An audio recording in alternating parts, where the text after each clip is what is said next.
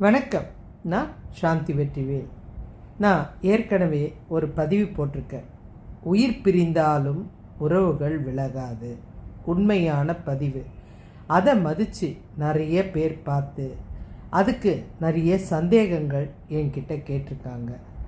அவங்க ஆசையெல்லாம் அவங்க எங்ககிட்ட பேசுவாங்களா? அவங்க என்கிட்ட நிறைய விஷயத்த சொல்ல மறந்துட்டாங்க.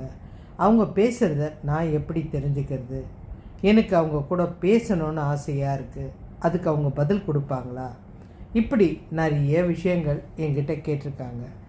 எனக்கு அதனால தான் அதுக்குண்டான சம்பந்தமாக இந்த பதிவை உங்களுக்கு போட்டிருக்கேன்.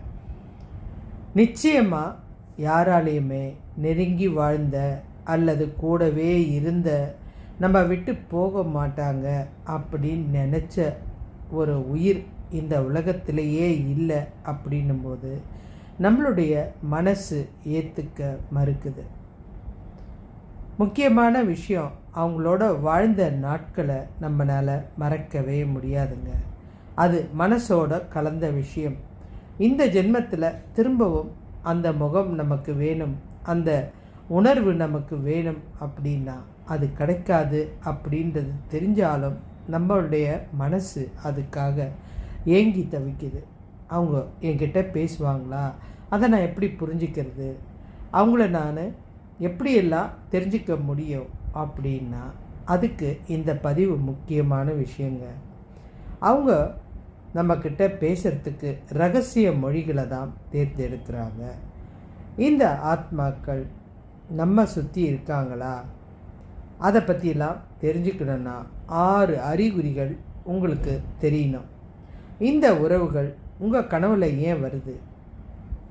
இதெல்லாம் நீங்கள் கண்டிப்பாக உணரணும். உயிர் பிரிந்தாலும் உறவு பிரிவதில்லை அப்படின்னு நான் முன்னாடி சொன்ன பதிவு மாதிரி நீங்கள் இந்த பதிவுக்கும் வரவேற்பு தரணும். ஆனால் இந்த உறவுகள் இப்போ எங்கே இருக்காங்க? நம்ம பார்த்துட்ருக்காங்களா? நம்மக்கிட்ட பேசுகிற ரகசியம் எப்படி புரிஞ்சுக்கிறது? இந்த விஷயம்தான் 6 ரகசியங்கள். இதை நீங்கள் தெரிஞ்சுக்கிட்டிங்கன்னா உங்கள் பிரியமானவங்க மறைஞ்ச பிறகும் உங்களுடன் இருக்கிறாங்க அப்படின்ற உண்மை கண்டிப்பாக உங்களுக்கு தெரியும்.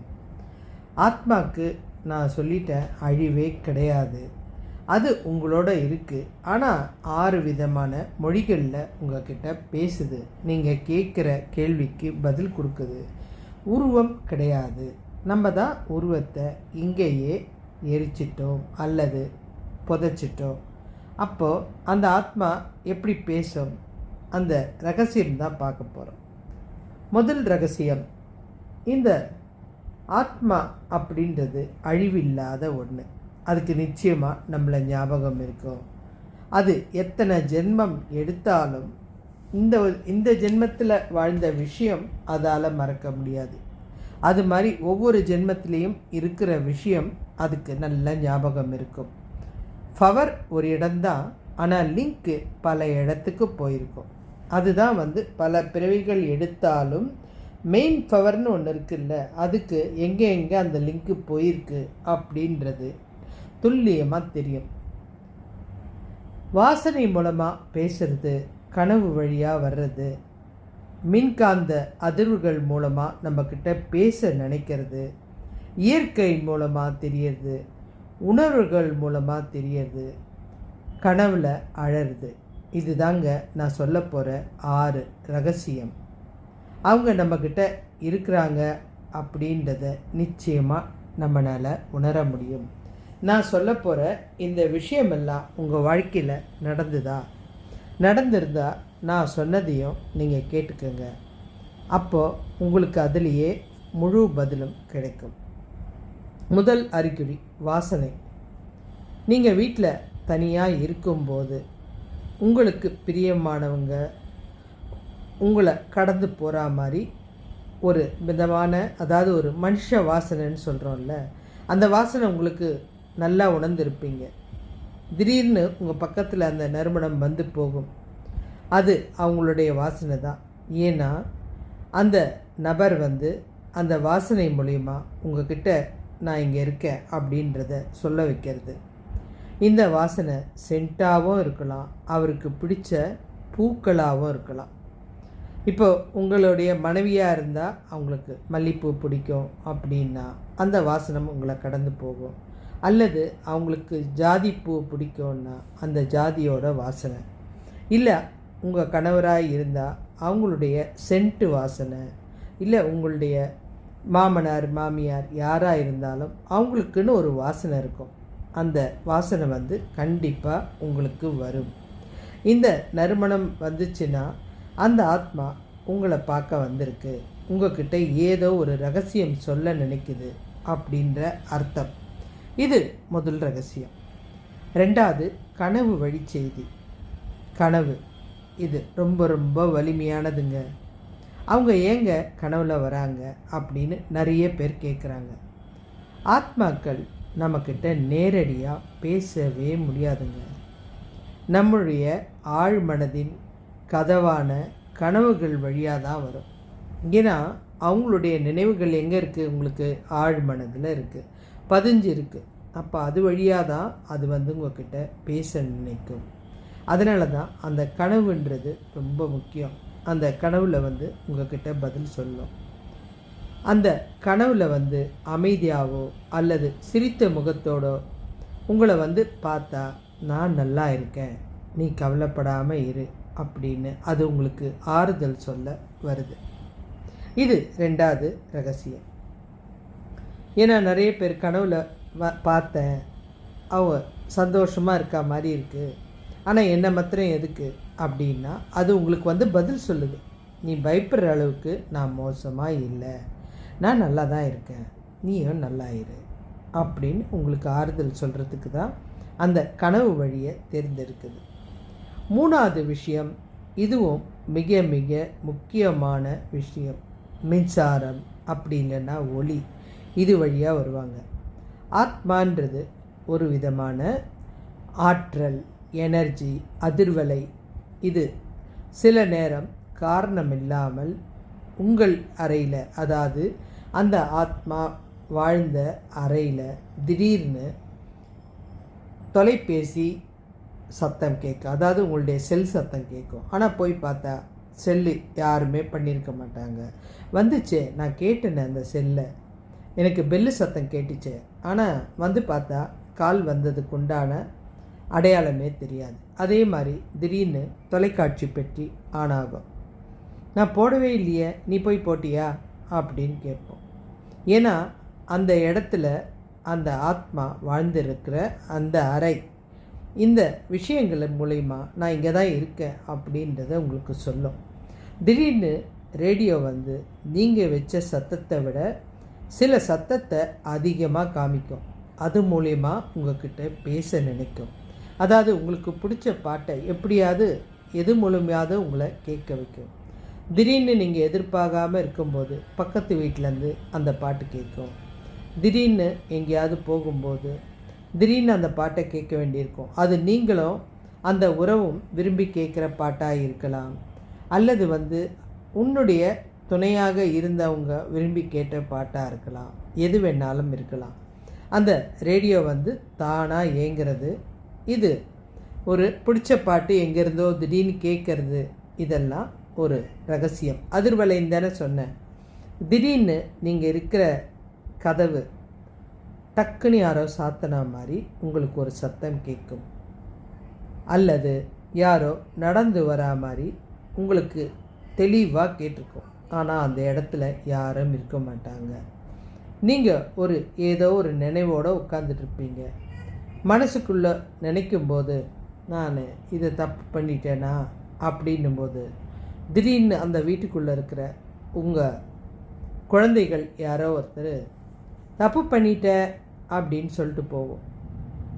அது அந்த அதிர்வலைகள் தான் உங்களுக்கிட்ட பேசுது. எவ்வளோ பெரிய ஒரு சக்தியான இந்த ரகசியம்லாம் நமக்கு இவ்வளோ நாள் தெரியாமல் போயிடுச்சு. இந்த அதிர்வலைகள் இன்னும் நிறைய வேலைகளை செய்யுங்க. இந்த பதிலை கொடுக்கறதுக்கு பாருங்கள், டக்குன்னு உங்களுக்கு வீட்டில் இருக்கவங்க மூலியமாகவே நீங்கள் நினைக்கிற ஒன்றுக்கு பதில் கொடுக்கும். என் கூட வாழ்ந்த அந்த துணை இருந்திருந்தால் நான் இதை செய்ய அனுமதிக்குமா இல்லையான்னு தெரில, நான் இந்த முடிவை எடுக்கலாமா இல்லையா அப்படின்னா, சம்பந்தமே இல்லாமல் ஒரு குழந்தை கூட வந்து நீ என்ன நினைக்கிறியோ நடக்கும் அப்படின்னு சொல்லும், இல்லை நீ நல்லா இருப்ப அப்படின்னு சொல்லும், ஏதோ ஒரு விஷயம் சொல்லும். அது வந்து இவங்களுடைய பதில் தாங்க அது. அதை நீங்கள் நிறைய வாட்டி உணர்ந்திருப்பீங்க. அப்படியே இல்லைனாலும் திடீர்னு ஒரு சம்மந்தம் இல்லாத ஒரு ஃபோன் வந்து இந்த மாதிரிங்க இந்த விஷயம் நிச்சயமாக நடக்குங்க அப்படின்னு சொல்கிறதா இருக்கட்டும். அந்த நபருக்கு எந்த விஷயம் அதிகமாக பிடிக்கும்? இப்போ நீங்கள் செல்லில் வந்து ஏதோ ஒரு ரீல் பார்த்துட்டே இருக்கீங்க, அதில் வந்து நீ நினச்சது நிச்சயம் நடக்கும் அப்படின்னு ஒரு விஷயம் பார்க்க வேண்டியிருக்கும். நீங்கள் நினைக்கிற நேரத்துக்கு அந்த விஷயம் இருக்கும். இல்லை அந்த நபருக்கு வந்து ஒரு புத்தகம் பிடிக்கும் அப்படின்னா, நீங்கள் படிக்கிறவங்களா இருந்தால் அந்த புக்கில் ஏதாவது ஒரு வாசகம் உங்கள் கண்ணில் படும். அதுக்கு எது மூலியமா உங்ககிட்ட பேச நினைக்குதோ அது மூலியம்லாம் பேசும். அதுக்குண்டான பதிலை உங்களுக்கு தெளிவாக கொடுக்கும். இதெல்லாம் தற்செயலானது இல்லைங்க, நான் இங்கே தான் இருக்கேன் அப்படின்னு தன்னுடைய இருப்பை காட்டுற ரகசியம் அது. உங்களுக்கு உங்கள் வீட்டில் ஏதோ ஒரு நீங்கள் வந்து ஒரு பிரியமான வாழ்ந்த உறவை இழந்திருக்கீங்கன்னு வச்சுக்கிங்க. உங்களுக்கு உங்கள் வீட்டில் ஏதோ ஒரு துன்பம் யாரோ கொடுக்குறாங்க அப்படின்னா அந்த ஆத்மாவுக்கு கோபம் வரும். நான் தான் சொன்னேன், மின் அதிர்வுகள் பயங்கரமான சக்தி. அந்த அதிர்வுகள் என்ன பண்ணோன்னா, திடீர்னு லைட்டு வெடிக்கும், அல்லது கண்ணாடிகள் டக்குன்னு வெடித்து விழும், இல்லை டைல்ஸ் ஏதாவது விரிசல் விடும். இதெல்லாம் வந்து அந்த ஆத்மா வந்து என்னுடைய உயிரான ஒரு பொருளை நீங்கள் துன்புறுத்துறீங்க, இதை என்னால் ஏற்றுக்க முடியல அப்படின்றத செயலாக காமிக்கும். ஏதாவது ஒரு செயலை கொடுக்கும். ஏதாவது ஒன்று அந்த வீட்டில் வந்து அத்தனை பேருடைய கவனமும் திரும்புகிற அளவுக்கு ஏதோ ஒரு விஷயத்தை அது பண்ணிடும் ரகசியமாக.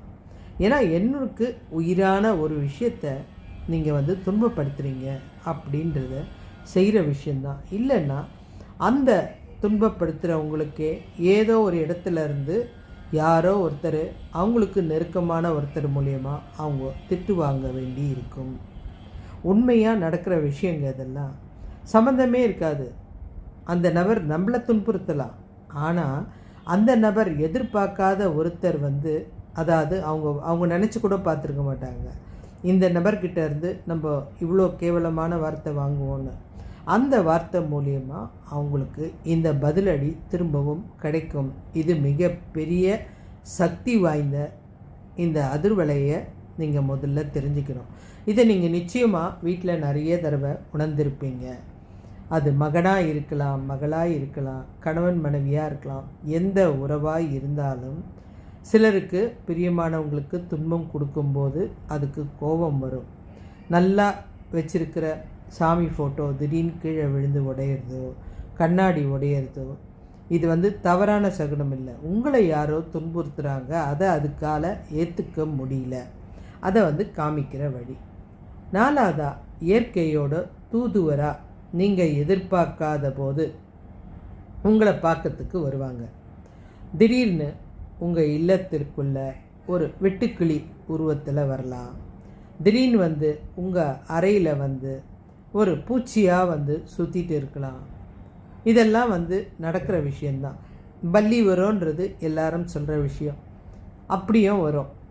திடீர்னு இவ்வளோ நாள் நீங்கள் அதை பார்த்துருக்க மாட்டீங்க. அந்த பூச்சியோ, அந்த வெட்டுக்கிளியோ, அந்த பட்டாம்பூச்சியோ, அந்த பல்லியோ இது வரைக்கும் உங்கள் அறையில் இருந்திருக்காது. ஆனால் இப்போ வந்து அடிக்கடி வருது, அந்த இடத்துலையே குறிப்பிட்டு உட்காருதுன்னா உங்களை அது பார்க்கணும், உங்கள்கிட்ட பேசணும் அப்படின்றதுக்காக வந்திருக்கு. அதுக்கு உருவம் கிடையாது. எது கிடைக்குதோ அது மூலயமா வரும். முக்கியமாக இது நிறைய பேருக்கு தெரியாத ஒரு மிகப்பெரிய ரகசியம். உங்கள் அறையில் ஜன்னல் பக்கத்தில் ஏதாவது ஒரு பறவை வந்து தினம் ஒரே இடத்துல உட்காந்து உங்கள் அறையை பார்த்த மாதிரியே உட்கார்ந்து இருந்துச்சுன்னா அந்த நபர் உங்களை அதிகமாக மிஸ் பண்ணுறாங்க. உங்களை விட்டு பிரிய மனசு இல்லை, என் பார்வையில் நீ இருந்துக்கிட்டே இருக்கணும், உனக்கு எந்த துன்பமும் நேராமல் நான் துணையாக இருப்பேன் அப்படின்னு சொல்கிற அதிகப்படியான இந்த அதிர்வலை, அதாவது இந்த பறவைகள் சொல்கிற விஷயம் அவ்வளோ ஒரு அற்புதமானது.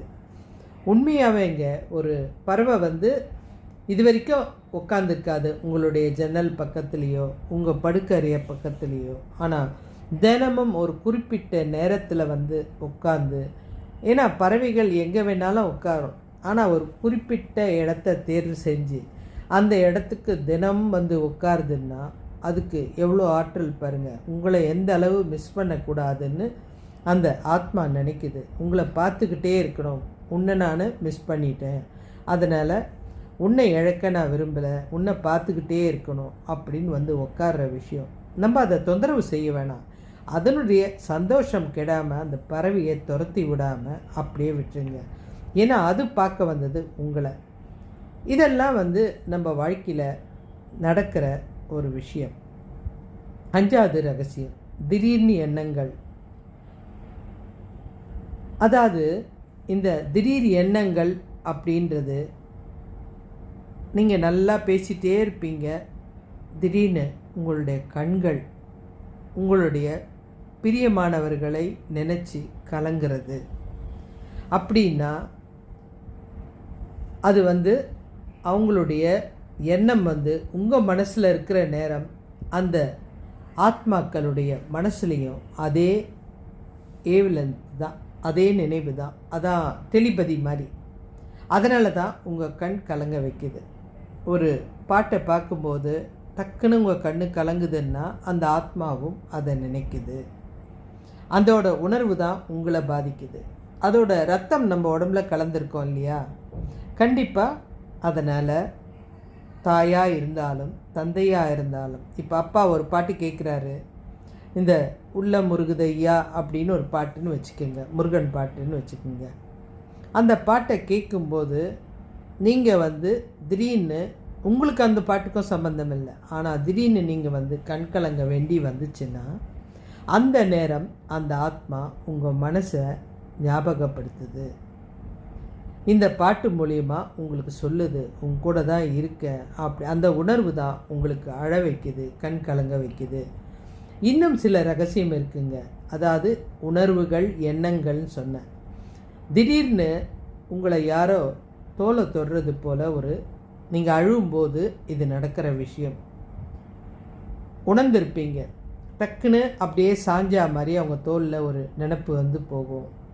இல்லை உங்கள் தோலை யாரோ தொடுற மாதிரி இருக்கும், உங்களுக்கு ஆறுதல் சொல்கிற மாதிரி இருக்கும். ஆனால் அந்த இடத்துல எந்த உருவமும் கிடையாது. அந்த ஆத்மா உங்கள் பக்கத்தில் தான் நின்றுக்கிட்டு நீங்கள் அழறதை பார்க்க தாங்க முடியாமல் தவிக்குது. ஆறுதல் சொல்லணும்னு நினைக்குது, ஆனால் ஆறுதல் சொல்ல முடியல. ஆனால் நமக்கு அந்த உணர்வை கொடுக்குது. நீங்கள் தலைகாணியில் தலை வச்சு படுத்தா கூட அந்த எண்ணங்கள் நம்ம அவங்க மேலே தான் படுத்திருக்கோம் அப்படின்ற ஒரு உணர்வை கொடுக்கும். இதெல்லாம் இந்த உணர்வு நிச்சயமாக எல்லாருமே உணரக்கூடிய சக்தி. அந்த ஆத்மா ஆறுதல் சொல்ல வழி இல்லாமல் ஒரு சாதாரண துணி மூலியமாக அந்த துணி மேலே சாயும்போது உங்களுக்கு என்னமோ அந்த பிரியமானவங்க மேலே சாஞ்சா மாதிரி இருக்கும். அந்த தலகாணி மேலே படுக்கும்போது அதே உணர்வு இருக்கும்.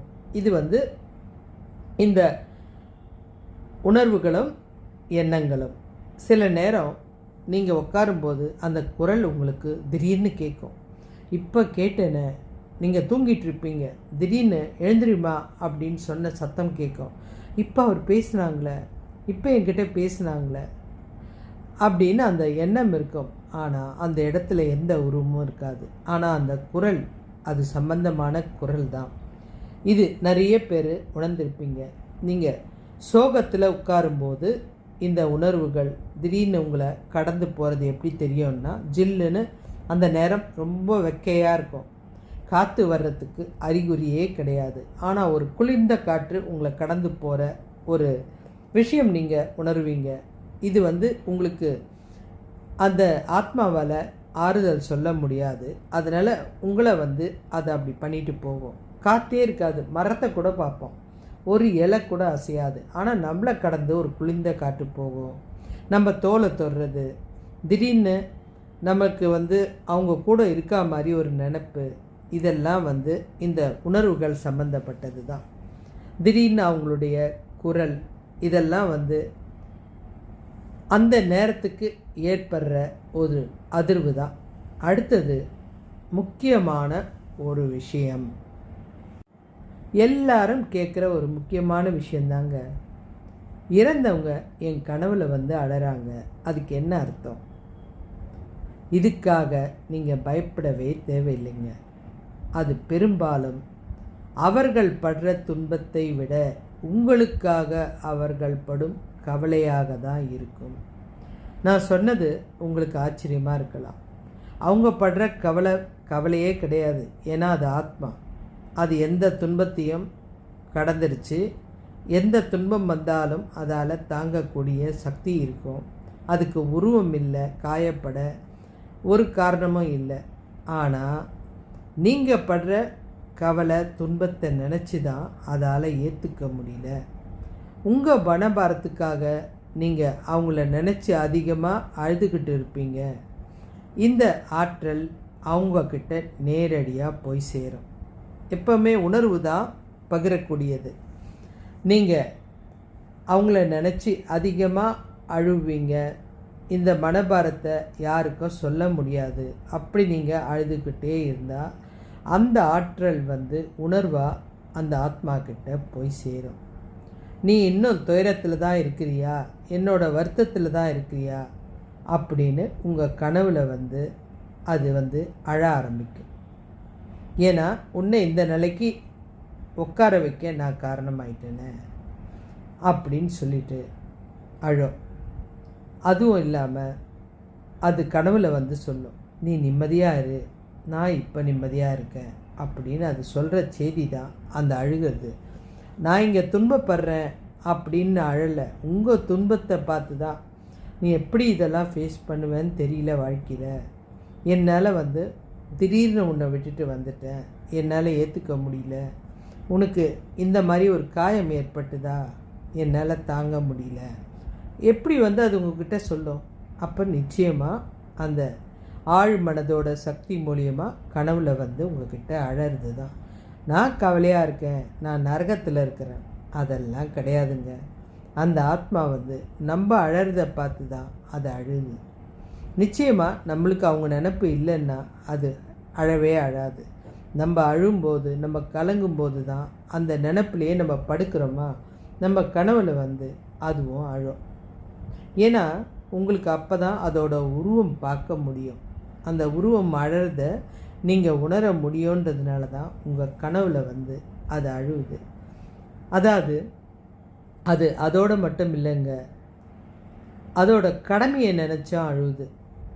அதாவது நான் இந்த கடமையெல்லாம் உங்களுக்கு செய்யாமல் வந்துட்டேன், நான் உயிரோடு இருக்கும்போது எதையெல்லாம் நினச்சி செய்யணும்னு நினச்சி பாதியில் விட்டுட்டு வந்தனோ அதெல்லாம் நினச்சி அதை அழுவுது. இதெல்லாம் நான் செஞ்சு கொடுக்கணும்னு நினச்சேன், என் பிரியமானவங்கள இப்படியெல்லாம் வச்சுக்கணும்னு நினச்சேன், இன்றைக்கி இந்த துன்பத்துக்கு நான் காரணமாயிட்டேனே. அப்போது முழுக்க முழுக்க அதோட அழுக நம்மளை பார்த்து தானே தவிர அதோட துன்பத்தை பற்றி இப்போ நினைக்க வாய்ப்பே இல்லை.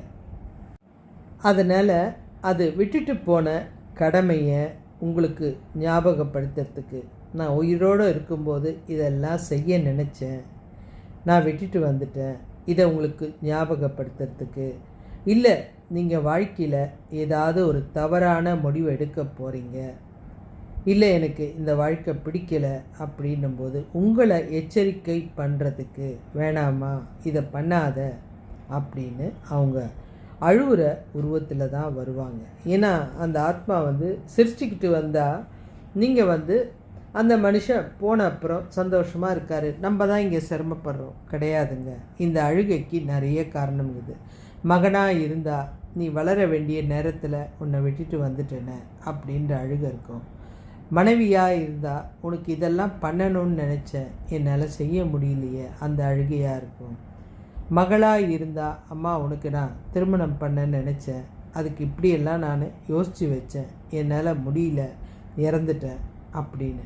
ஆனால் அதுக்குண்டான வழியை உங்களுக்கு அது அழகாக புரிய வைக்கும். அது ஆத்மான்றதுனால இந்த விஷயத்தை நீங்கள் எப்படி எப்படி ஹேண்டில் பண்ணால் நல்லா இருக்குமோ அதை அதை அழுது உங்களுக்கு புரிய வைக்கும். ஏன்னா பேசுகிறதுக்கு மொழி கிடையாது. உங்கள் ஆத்மா மூலியமாக கனவு மூலியமாக வந்து இந்த விஷயத்தை உங்களுக்கு அது சொல்லிக்கிட்டே இருக்கும். நிறைய விஷயங்கள் நிறைய பேருக்கு அழும்போது பாவம் அங்கே அது துன்பப்படுது. கிடையவே கிடையாதுங்க. அதோட வாழ்க்கையை ஃபுல்லாக மறந்துடுச்சு. ஆனால் தான் விரும்பின பொருள்கள் எதையும் அதால் மறக்க முடியாது. நம்ம எப்படி இந்த உலகத்தில் உயிரோட அந்த இழந்த உயிரை நினச்சி அந்த உடலை நினச்சி நம்ம இன்னும் அழுதுகிட்டு இருக்கோமோ அது மாதிரி அது வாழ்ந்த வாழ்க்கையை மறக்கவே முடியாது. ஒவ்வொரு வினாடியும் நினச்சி இருக்கும். அதோடு இல்லாமல் செய்ய தவறின கடமையை உங்கள் இல்லத்தில் இருக்கிற அவருக்கு பிரியமான ஒருத்தர் மூலியமாகவே அந்த கடமைகளை செய்ய வைக்க போராடுவாங்க. அந்த கடமை செய்யறதுக்கு உண்டான வழிகளை யார் மூலமாவது உங்களுக்கு சொல்லி கொடுப்பாங்க. நீ இதை பண்ணு, நிச்சயம் இதில் உனக்கு நல்ல பெனிஃபிட் கிடைக்கும், நீ இப்படி தான் பண்ணணும், நீ இந்த முடிவை எடு. இந்த தவறான முடிவு எடுத்தாலும் அதுக்கும் அந்த ஆத்மா அழுகும். தவறான முடிவு எடுக்கக்கூடாது. அதுக்கு அது தாங்க முடியாது, அது அழுகும். அதோட ஆத்மா அப்போ தான் நிம்மதி இல்லாமல் போகும். நல்ல முடிவாக எடுக்கணும். அடுத்தது உங்களுக்கு இன்னும் ஒரு விஷயம் தெரியுமா? மரணம்ன்றது முடிவான விஷயம் இல்லைங்க, அது ஒரு மாற்றம் மட்டும்தான். ஆத்மாவுக்கு அழிவுன்றதே கிடையாது. உங்கள் அன்புக்குரியவர்கள் உருவத்தால் மறைஞ்சிருந்தாலும் அவர்கள் உங்கள் நினைவிலும் உங்கள் கனவிலும் உங்கள் உணர்விலும் உங்களது எண்ண அதிர்வுகளிலும் உங்களை சுற்றியுள்ள எல்லா விஷயத்திலையும் வாழ்ந்துட்டு தான் இருக்காங்க. அவங்களுக்கு எந்த சக்தியாக வேணாலும் இருக்கலாம். நான் சொல்லும்போது அது எப்படிங்க என்ன சக்தியாக வேணாலும்? எங்கள் சித்தர்கள் எப்படி வாழறாங்க? திடீர்னு காற்றா பறந்து போகிறாங்க. ஒரு பறவையாக அந்த ஆத்மாவுக்கு என்ன வேணாலும் பண்ண முடியும். திடீர்னு மின்காந்த அலைக்குள்ளே நுழைஞ்சு ஒரு பயங்கரமான பிரகாச லைட்டை கொடுக்க முடியும். இல்லாத இடத்த ஒளியாக்க முடியும். ஒரு பறவை உருவத்தில் உங்ககிட்ட உட்கார முடியும். திடீர்னு நீங்கள் நம்பவே மாட்டீங்க, உங்கள் வீட்டுக்கு பறவைகளே வராது. ஆனால் திடீர்னு ஒரு குறிப்பிட்ட ஒரு இதில் பறவை நீங்கள் கொடுத்தாதான் சாப்பிடுவேன் அப்படின்னு உட்காந்துருக்கும். இதெல்லாம் ஒரு மிராக்கலான ஒரு விஷயம். ஒரு பூச்சி போட்டு வராத ஒரு இடத்துல திடீர்னு வர்றதா இருக்கட்டும். திடீர்னு அவங்களுடைய வாசனை, நிச்சயமாக அந்த வாசனை பிரியமானவங்களுடைய வாசனை நம்மளால் உணர முடியும். அதுக்காக அது வாழ்ந்த இடத்த மறக்காது. அந்த இடத்த சுற்றி வரும். அந்த இடத்துல அதோட அதிர்வுகள் அதிகமாக இருக்கும். அதனால் நீங்கள் அவங்கள நினச்சி அழறதை விட அவங்க காட்டின அன்பை மற்றவங்களுக்கு கொடுங்க. அவங்க எந்த அளவுக்கு இப்போ ஒரு தந்தை ஒரு குடும்பத்தை நல்லா பார்த்துட்டு இருந்தாருன்னா அந்த தந்தை செஞ்ச அதே செயலை அந்த குடும்பத்துக்கு செஞ்சு அவர் இங்கேருந்து போகவே இல்லை, என்னுடைய உருவத்தில் வாழ்ந்துட்டுருக்காரு அப்படின்ற விஷயத்தை சொல்லுங்கள். அதுதாங்க அந்த ஆத்மாவுக்கு நீங்கள் தர மிகப்பெரிய நிம்மதி. தாயாக இருந்தால் அப்பா இங்கேருந்து போகலை, நான் அப்பா ஸ்தானத்தில் எல்லாத்துக்கும் தைரியமான முடிவை கொடுக்குறேன், நீ எல்லாத்தையும் தைரியமாக செய் அப்படின்னு சொல்லுங்கள். கணவன் இல்லைன்னா மனைவி கணவனுடைய எண்ணத்தையும் அவர் கொடுக்குற தைரியத்தையும் உங்களுடைய குழந்தைகளுக்கு கொடுங்க. இதெல்லாம் அந்த ஆத்மாவை சந்தோஷப்படுத்தக்கூடிய வழிகள். அதே போல் மகனா இருந்தால் அந்த தாய்க்கு தந்தை என்ன கடமை செய்கிறாரோ அதை செஞ்சு அவங்களுக்கு அப்பா இல்லை, நான் அப்பாவாக இருந்து என்னுடைய அம்மாவை பார்த்துக்கிறேன் அப்படின்றதா இருக்கட்டும். தாய் இல்லைன்னா அப்பாவை பார்த்துக்கிறதா இருக்கட்டும். அப்பா அம்மா இல்லைன்னாலும் நான் தாய் மாதிரி உன்னை பார்த்துக்கிறேன் அப்படின்றது எல்லாமே அந்த ஆத்மா அமைதி அடையக்கூடிய வழியாக தாங்க இருக்கும். நீங்கள் அந்த ஆத்மாவுக்கு கொடுக்குற மிகப்பெரிய நிம்மதி. நம்ம மாத்திரம் இங்கே கஷ்டப்படலைங்க, அந்த ஆத்மாவும் ஒவ்வொரு நிமிஷமும் அங்கே துடிச்சிக்கிட்டு தாங்க இருக்குது. உங்களுக்கு பிடிச்சவங்க கனவுல வராங்களா? உங்களுடைய உணர்வுகளை என்னோட பகிர்ந்துக்கங்க. நிச்சயமாக நான் சொன்ன இந்த விஷயத்தை கண்டிப்பாக அவங்க உணர்ந்திருப்பாங்க. அவங்களுக்கு நம்ம சொல்ல வேண்டியதை யாரோ ஒருத்தர் நம்ம குழந்தைகளுக்கோ நம்ம பிரியமானவங்களுக்கோ சொல்லியிருக்காங்க அப்படின்ற இந்த உணர்வு புரியும்.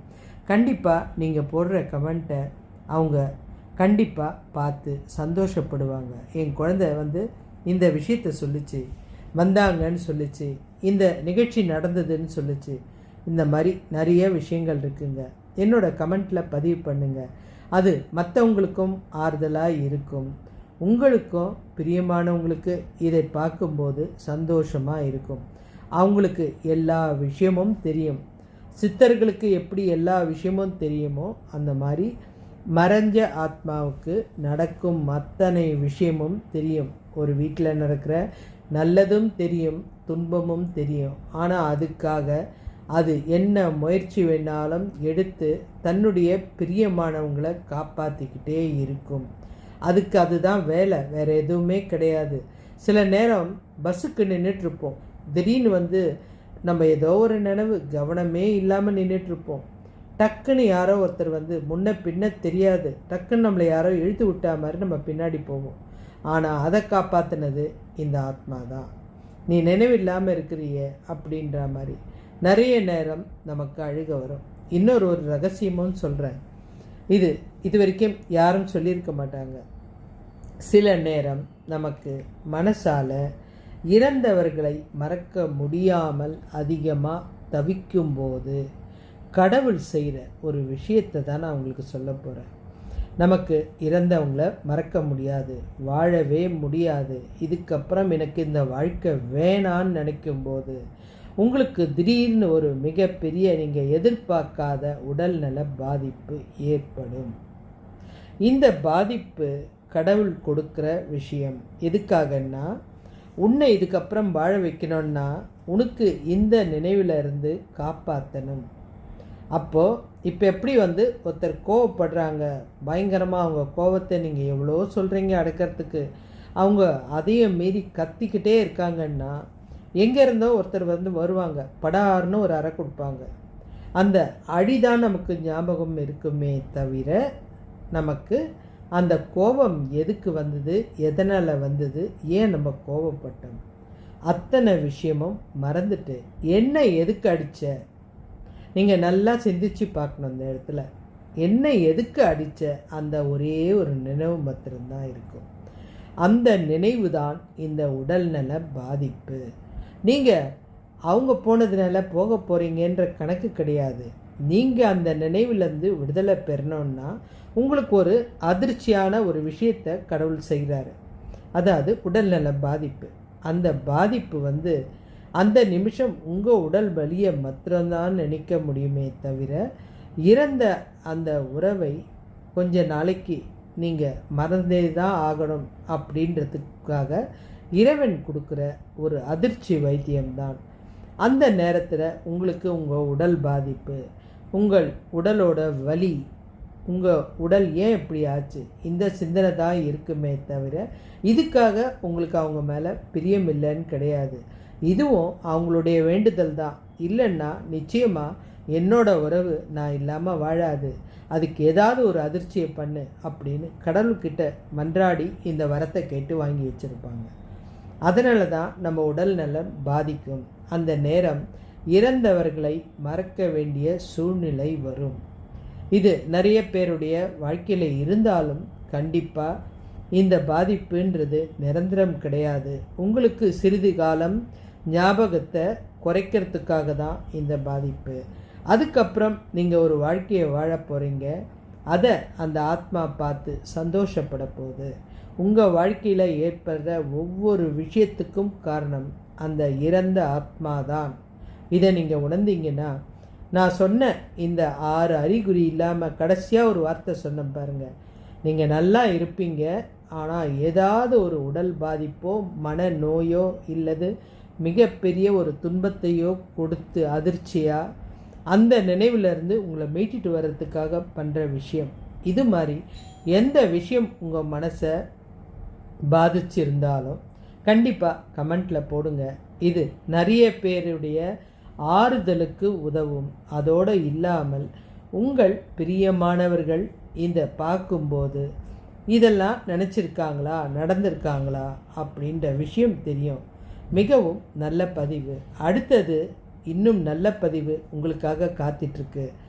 நம்ம செய்ய தவறின விஷயங்களை அல்லது மன்னிப்பு கேட்க நினச்ச விஷயங்களை நம்ம எந்த விதத்தில் கேட்கலாம், அதை அந்த ஆத்மா ஏற்றுக்குமா, இந்த விஷயத்தை பற்றி தான் நான் அதுக்கப்புறம் வர பதிவில் உங்களுக்கு போட போகிறேன். ஏன்னா இது சம்பந்தமான எல்லா விஷயமும் எனக்கு தெரியும்.